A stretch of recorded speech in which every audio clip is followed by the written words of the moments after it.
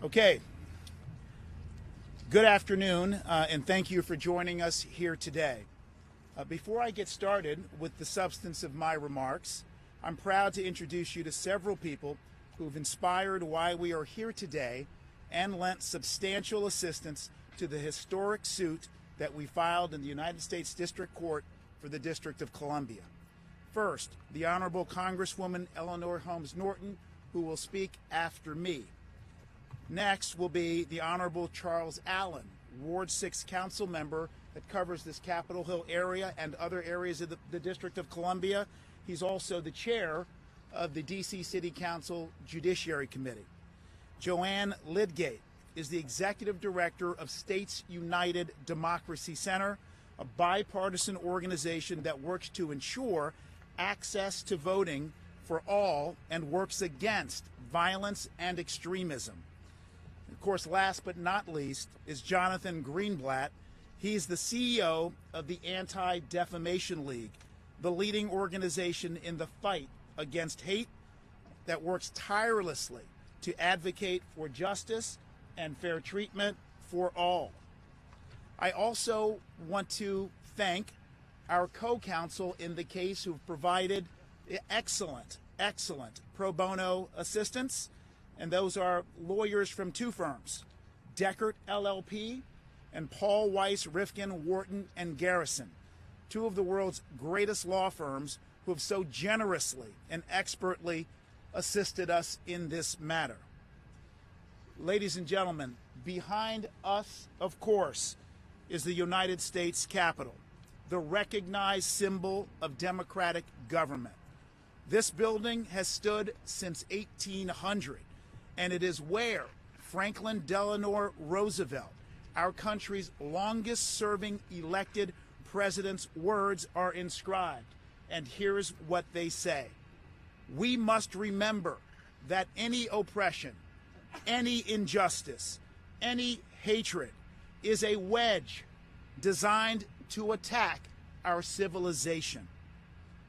Allow me now to take us back to another tragic day that befell our country, September 11, 2001. On this day, the United States weathered a terrorist attack covertly orchestrated from beyond our country's borders, one that also aimed to take down our capital if it wasn't for the heroes on Flight 93. Our country responded by declaring war on terrorism in what became our country's longest armed conflict. Nearly a year ago, on January 6, 2021, our country faced a very different but familiar enemy, inflamed by a sitting president and other elected officials. Fellow Americans dressed in military fatigues and wearing red, white, and blue were armed with weapons and materials that shockingly permitted them to construct a wooden gallows used to execute someone by hanging on the grounds of our hallowed Capitol. Like the planes that attacked the Pentagon and the World Trade Center and crashed in the fields of Shanksville, Pennsylvania, the images of that shameful and contemptible day can never be erased. It was like 9/11, a planned terrorist attack, but this time our own citizens were hell-bent on destroying the freedoms and ideals on which our country was founded and continues to aspire to achieve. January 6th was, to say the least, a brazen, violent, and deadly attack that traumatized this city, this community, and our country. And importantly, no one bore the brunt of this gutless attack more than the courageous law enforcement officers, including the men and women of the D.C. Metropolitan Police Department, who went into the fire and violence with one objective in mind: remove the violent mob and restore our country's fragile democracy. While some desperately want to rewrite history and sweep the events of January 6 under the rug, the District of Columbia and its residents have chosen to speak truth through this filing, through this complaint, through this case. It is for these reasons that the independent Office of Attorney General for the District of Columbia is filing the first civil lawsuit by a state or municipal government to hold accountable the Proud Boys, the Oath Keepers, and more than 30 of their leaders and members for conspiring to terrorize the District of Columbia, for unlawfully interfering with our country's peaceful transition of power, and for assaulting our men and women in blue who valiantly defended the Capitol, the district, and our freedoms. Specifically, we're bringing this lawsuit pursuant to local and federal laws, including the Ku Klux Klan Act of 1871, a Reconstruction-era federal law designed to protect our country against violent conspiracies, protect our citizens against violent conspiracies, like the attack that took place on January 6. In the complaint, which has been filed and is public, we specifically allege that these vigilantes, insurrectionists, and masters of a lawless mob conspired against the District of Columbia, its law enforcement officers and residents by planning, promoting, and participating in the violent attack on the United States Capitol. We further allege the named defendants caused substantial and provable damage to the District of Columbia, and in particular to our courageous law enforcement officers who risked their lives, and some even died, to defend the Capitol, the district, and our country's freedoms. As the independent Attorney General, I have the responsibility to enforce our laws and hold these violent defendants accountable because they cause actual physical and financial harm to our city, its employees, and our residents. So, we've brought this suit for 4 reasons. First, accountability. Holding wrongdoers accountable is an American value, and it's at the core of my legal responsibilities. The defendants, as you know, were not tourists, nor were they acting patriotically. They were vigilantes, members of a mob, insurrectionists who sought to crush our country's freedoms. Second, deterrence. Our country is a country of laws. We certainly can and do disagree on a plethora of issues, both big and small. However, in the United States of America and in the District of Columbia, we resolve our disagreements in a civil, non-violent manner.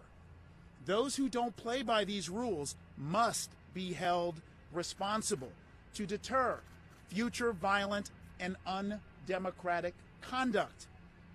Restitution and recompense is the third reason why we're bringing this suit today. Because in our country, when an individual or entity suffers physical, mental, and financial injury caused by the illegal act of others, the victims are entitled to restitution and recompense. We all agree that the tragedy of pedestrians hit by a vehicle by walking on a crosswalk are deserving of restitution and recompense at the very least. So too are law enforcement officers who were injured in the course of stopping a violent mob hell-bent on taking away our freedoms. Again, restitution and recompense, those are American values. And in this case, the defendants' unlawful actions caused the district to deploy unprecedented resources to repel and defeat an attack on our country's capital. During the height of the attack, approximately 850 members of the Metropolitan Police Department were at the Capitol. and the immediate area surrounding it. Scores of officers required emergency medical treatment and continue to receive physical and mental health treatment today as a result of physical injuries and trauma that in many cases will last a lifetime. These costs, including the unavailability of officers who are not able to immediately return to their jobs of protecting D.C. residents, are substantial. And we will, through this lawsuit, seek to impose severe financial penalties on the organizations and individuals responsible. Finally, we filed this suit to seek justice for the brave men and women of the Metropolitan Police Department. Police officers sign up to protect our residents. This is true. But they don't sign up for war on our country. They don't sign up to being attacked by an armed mob, beaten with bats, poles, and fists, dragged down stairs, kicked and stomped by thugs. My mind goes to Metropolitan Police Department Officer Michael Fanone, a veteran officer who himself voted for President Trump in 2016. Obviously, Michael Fanone defended the Capitol on January 6th, and video evidence of Officer Fanone's testimony reveal that he fought valiantly against the mob. In doing so, he succumbed to the violent mob and was dragged down those Capitol steps. Officer Fanone suffered a heart attack and a concussion as he was repeatedly shot with a taser or shotgun and physically beaten. In Officer Fanone's own words, "Some guys started getting a hold of my gun and they were screaming out, 'Kill him, kill him,' with his own gun."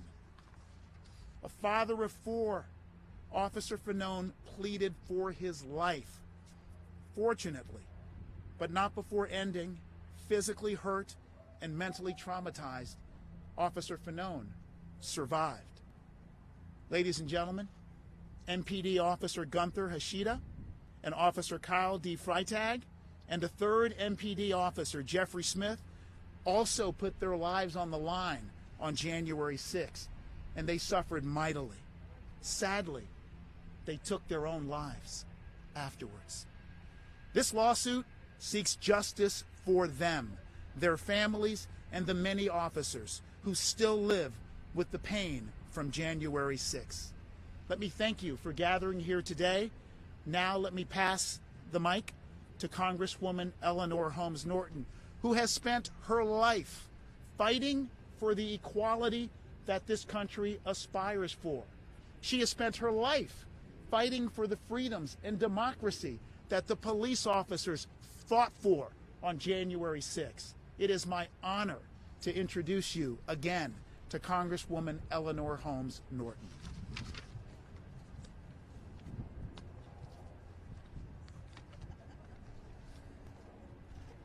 Thank you, Attorney General Racine.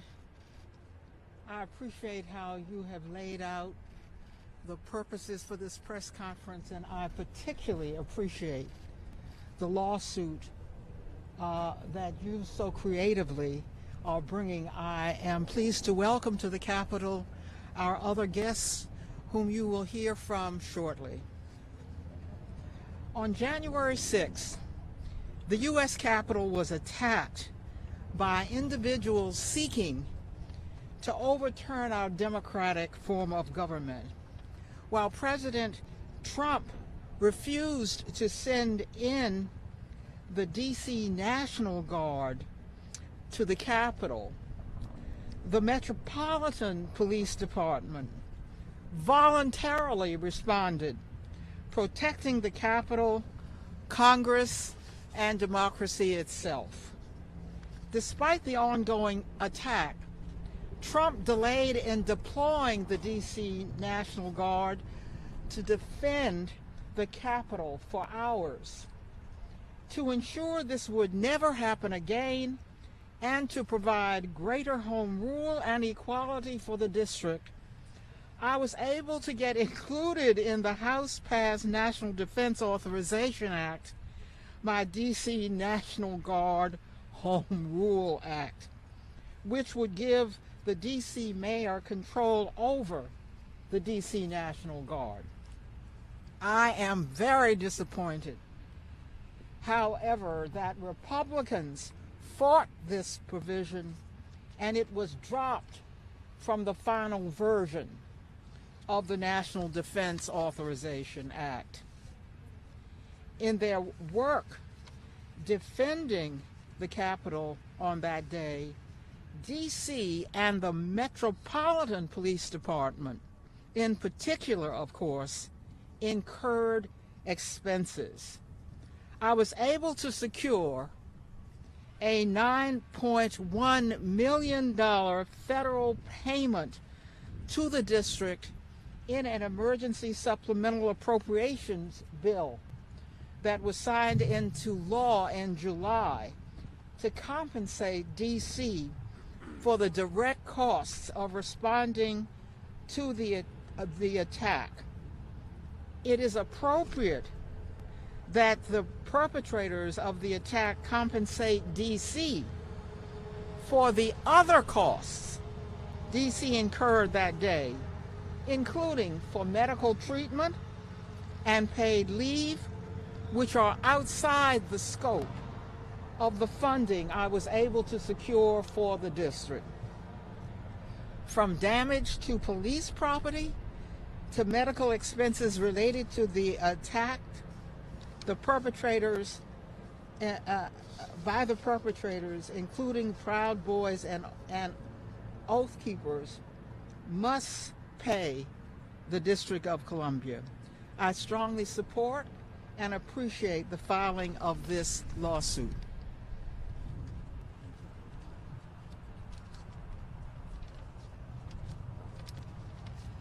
Good morning. My name is Charles Allen. I'm the Ward 6 council member, and you're in Ward 6, so I represent the neighborhood around the Capitol. When I heard the Attorney General talking about September 11th, I couldn't help but look up at this blue sky and remember that day. And I think that January 6th will be as important in our nation's history as September 11th is. I'm here to say that I am in full support of Attorney General Racine's efforts to hold accountable those who carry out a premeditated, a coordinated attack, not only on our nation's capital, but on our home and on our MPD officers and on our residents. The impact of January 6th, it was felt nationwide, but few Americans, I think, experienced it as personally as we did. The insurrectionists intentionally created a situation that ultimately cost the lives and endangered many more. It's difficult to describe the terror that our residents, my constituents, felt during this insurrection. The pain, confusion that we collectively experienced as we saw a mob descending on our venerated institution and desecrating it. The concern we had for our neighbors who work in this building. I also have oversight for the first responders of the district. And I can tell you that our men and women in law enforcement and EMS, fire and EMS, they put their lives on the line today. And still today, they are suffering the emotional and physical harm that they experienced. I've talked with many officers. It was their first time even going inside that building, and they carry it with them, and the emotional and psychological harm and pain is something that they will be fighting and working on for the rest of their lives and careers. Today's suit is one way that we can demand accountability, and frankly, healing as both a community, a city, and a nation. I want to thank Attorney General Karl A and his team, all the partners that have been a part of this, for their work to seek justice for D.C. residents, as we are too often an afterthought, even when national affairs play out in our very own front yard. Last January, my two children were 8 and 4 years old, and we lived just a couple of blocks that direction. And recognizing that I have to tell them, and they will read about the history of what happened on January 6th. And my hope is that measures like this, actions that we take today, will also be part of that story that's told. As they get older, as generations come to understand what was at risk on January 6th and the ways in which we came together to fight back, to preserve our democracy, and hold those who put it in jeopardy accountable. So thank you to the Attorney General, Karl Racine, and to everybody who's a part of this. Thank you.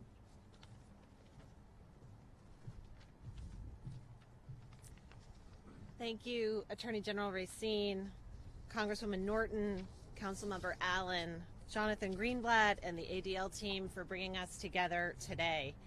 We're so grateful to have you as partners in this groundbreaking case. My name is Joanna Lidgate. I'm the CEO at the States United Democracy Center. We're a bipartisan team of former federal and state officials, law enforcement leaders, and security experts, and we help states protect our elections and our democracy.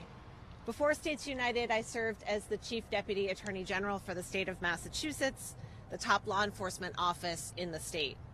I got to work with colleagues across the country, including my good friend Karl Racine, to fight on behalf of everyday Americans and uphold the rule of law. A year ago today, on December 14th, 2020, presidential electors representing both parties met in all 50 states and the district to choose our next president. The electors did their jobs, and then they sent their choices to Congress to certify the will of the American people. On January 6th, 2021, the world watched in horror as a mob attacked the beautiful grounds we're standing on and the Capitol behind me. It wasn't just an attack on our members of Congress and our public safety officers. It was an attack on our democracy. It was an attack on the American people who made their voices heard in record numbers at the ballot box. Our government leaders were there on January 6th to affirm the will of the American voters. Our public safety officers were there to protect and serve. They were attacked for simply doing their jobs. That's why Republicans and Democrats alike condemned the violence and committed to preventing anything like it from happening again. And that's what this case is about. It's about holding the Proud Boys, the Oath Keepers, and dozens of insurrectionists accountable for the violent assault on our democracy and the trauma they inflicted on the district and public safety officers that day. This case is about consequences, and it's about prevention. And while some would like to act like we can just move on from the horrors of January 6th, that would be irresponsible and dangerous. Right now, we're witnessing a major increase in political violence in America. Election lies and conspiracy theories helped fuel the insurrection, and those same lies pose a serious threat to our country today. Every day, because of those lies, our state and local election officials, the trusted guardians of our democracy, face violent threats and harassment. The attack on our democracy is far from over, and if we don't take action, we risk letting violence become a feature of our political life. We won't let that happen. We're a nation of laws, and there are serious consequences, legal and financial, for trying to hijack an election. History tells us that accountability is critical to moving forward. This case joins a powerful line of lawsuits holding perpetrators of political violence accountable, from the organizers of the Unite the Right rally in Charlottesville to the Aryan Nation and the Ku Klux Klan. Democracy isn't just an institution or a process. It's a living, breathing thing, a set of ongoing challenges. While the solution to all of those challenges certainly can't be found in the courtroom, the justice system has a pivotal role to play. This case is about justice for the district and for the brave officers who risked their lives on January 6th. Our capital and our country are still healing and processing, and too many families will never recover from the loss and trauma inflicted that day. We keep them in our hearts. Today, we also reaffirm our commitment to safeguarding the democratic system, the American foundation that those officers and those members of Congress were there to protect. This is an all-hands-on-deck moment. We are fighting for the future of our democracy, and we couldn't have better partners in that fight than the people standing with me here today, the amazing team of lawyers, the ADL, and leaders across this country like Attorney General Racine. Thank you.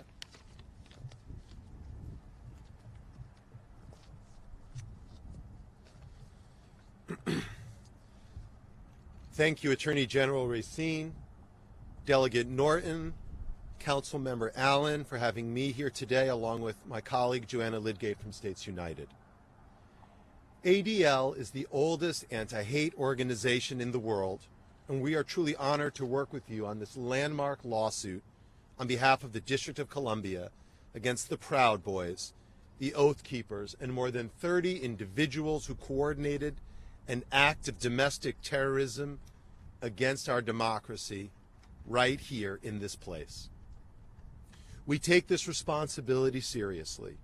For more than 100 years, ADL has worked to stop the defamation of the Jewish people and to secure justice and fair treatment to all. To deliver on that mission, we have been at the forefront of strategically monitoring, exposing, and countering extremist threats from across the ideological spectrum. ADL's experts tracked the planning for the January 6th attack on the Capitol. We helped to identify the perpetrators and any connections that they had to groups like the Proud Boys and Oath Keepers. And we are deeply honored now to be putting that expertise at the service of the District of Columbia and the brave officers who were injured or killed on a result of that day. No one will forget the images we saw on January the 6th. And for the Jewish community, seeing individuals wearing anti-Semitic t-shirts with images like Camp Auschwitz on them while storming the Capitol building was particularly searing and traumatic. Make no mistake, January 6th was not a peaceful protest. Indeed, it was the most predictable terror attack in the history of our country. Countless law enforcement officers suffered physical injuries and lasting emotional trauma. 4 officers who responded that day have died by suicide.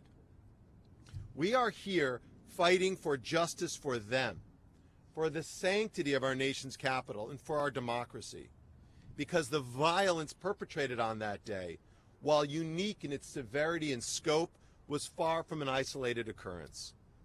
It did not happen in a vacuum, and it did not end when the crowd dispersed. The attack on the Capitol took place against a political and cultural backdrop of hate and extremism that has proliferated and gone largely unchecked over the last 5 years. Extremism has been normalized. Hate has been amplified. This is about turning back that tide. And it is important because those who perpetrated the attack will not readily abandon their convictions. Domestic extremists like the Proud Boys, the Oath Keepers, and others continue to present a serious, credible, and dangerous threat to our democracy and to us all. We must respond with all of the tools at our disposal. We are all at risk if we fail to do so. Accountability for January the 6th is critically important to preventing another violent insurrection from happening in D.C. or in state capitals across the country. And that is why I am so proud and so humbled to be standing here today alongside this courageous and talented team. Thank you. And now I'll hand it back to Attorney General Racine.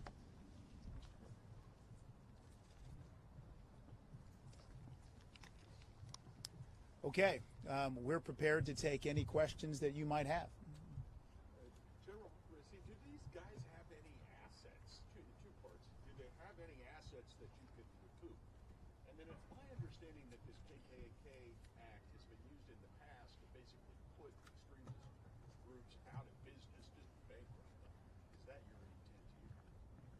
Our intent, as we indicated, is to hold these violent mobsters and these violent hate groups accountable and to get every penny of damage that we can.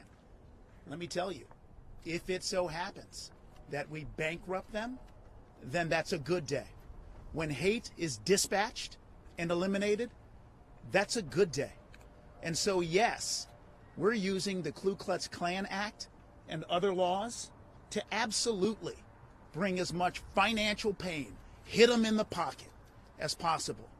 And sir, your question is excellent, because the history will show that when these acts, like the Ku Klux Klan Act and other laws, were used against hate groups, what did they do? What did cowards do? They go running. They go hiding. They get decentralized, and frankly, they're less dangerous. When, as is the case today, as my colleagues noted, these groups are celebrated, told to stand back and stand by, what does that mean? That means that they are empowered. And so this is all about disempowering hate that would take your freedom away, my freedom away, and those of our children. Mr. AG, the DC Superior Court judge. Please, Congresswoman wants to speak. I strongly agree with what the Attorney General Racine just said. We have no idea whether these people have any assets. I certainly hope they don't, as a matter of fact. But this lawsuit is important to have a deterrent effect. They're going to have to defend it. They're going to have to spend money defending it. So if we don't get a penny in restitution, this lawsuit's deterrent effect will say, be prepared to spend money to defend yourself, because we are coming after you. Thank you, Mr. Attorney General. That's actually related to my question for both you and the AG. A DC Superior Court judge issued a default judgment against the Proud Boys earlier this year for just ignoring a suit by the DC church that was vandalized in the Black Lives Matter sign. And also the Oath Keepers lawyer dropped them a month ago for failure to communicate and for not paying him. So what makes you confident that there will be restitution and recompense in this suit? Well, as the Congresswoman said, whether there is in fact restitution or recompense, accountability is important. But through a case, as you know, and I sure hope they try to defend the case. Again, cowards, what they do, they pick on people, they bully, and when you punch back, they run away. But if they do defend this case, there's a process called civil discovery. And we can't wait to propound searing questions about the finances of these individuals and these groups. From where did the money come? Those are questions that we'll get at the root at in this lawsuit. Related to the civil discovery, a lot of the evidence in my brief read of the complaint seems related to the federal investigation here and what federal prosecutors have found during the course of their investigation. Have you had any conversations with the U.S. Department of Justice about this lawsuit, and will there be sharing of any potential discovery that comes?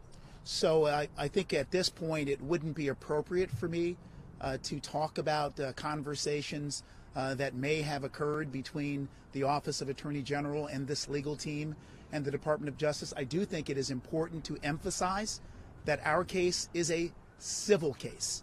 I think it's also important to emphasize that federal judges, let's be honest, you've reported this, federal judges have been deeply concerned at the extent of the penalties that have been assessed via certain plea agreements. I can guarantee you that as we proceed, we are going to seek the maximum level of financial penalty. Next question, please. Sir, another criminal justice matter. DC has released its audit of the forensic crime lab. I know you've been an advocate for releasing that. I'm curious, do you believe any of your cases will be in jeopardy?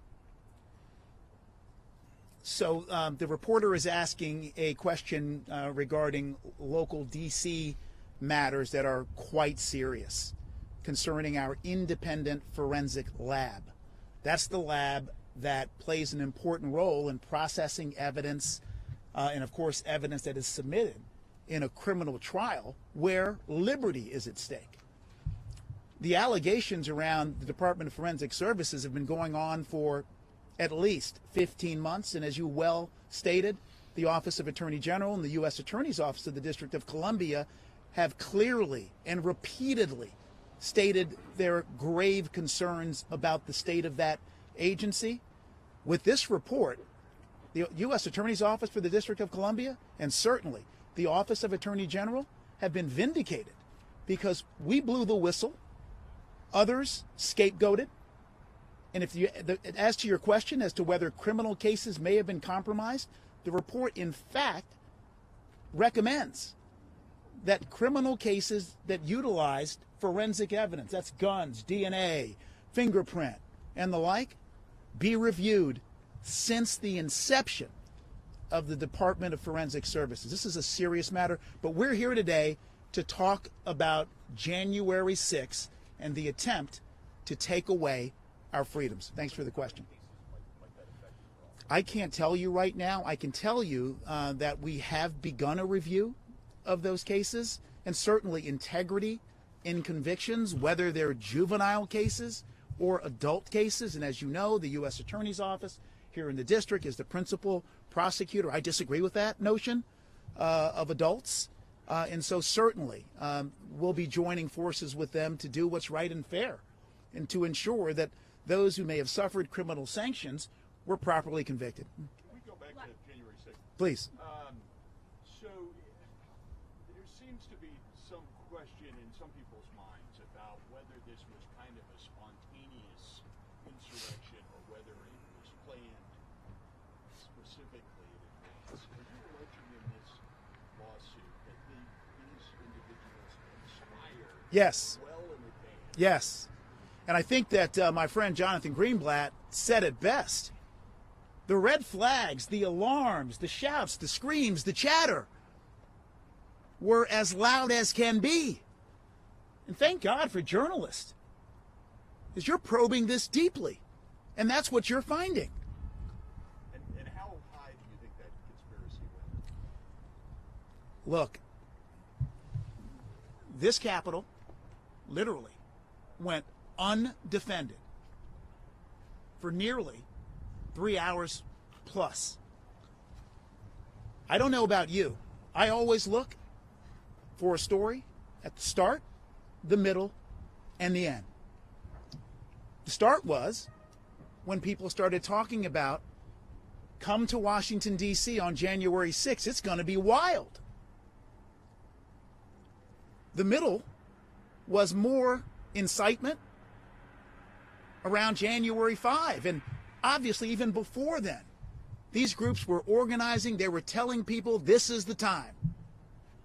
They were planning, and don't forget, there were bombs planted in Council Member Allen's ward at the DNC and at the RNC. And what was the end? Time to leave. I think from the beginning, from the middle, and to the end of this story, there is explicit evidence of conspiracy. Yes. But you haven't named former President Trump in this lawsuit. That is correct. This lawsuit is focused on the individuals and the entities that organized, planned, and participated in the mob activity on January 6th. As to President Trump, let's be clear. I believe that the Office of Attorney General for the District of Columbia, and I'll tell you, my great colleagues on the Democratic AG side of the aisle, have sued the president over 153, former president, over 153 times during his tenure. Now look, I like baseball and statistics. When you win 80% of your cases that you file against the President of the United States, you know what that means? That means you've called out lawless behavior. So we're not afraid to sue presidents or former presidents. Our investigation and our work continues. Last question. Sam? Yes, sir. I'm just curious about the neighborhood thing here. Charles? So, I know you were fighting to get fences down and things like like that, I mean, I guess it was kind of beyond just what happened here. What do you have to say about that? I sometimes get asked about why do neighbors care so much about a building where we don't have a full vote, right?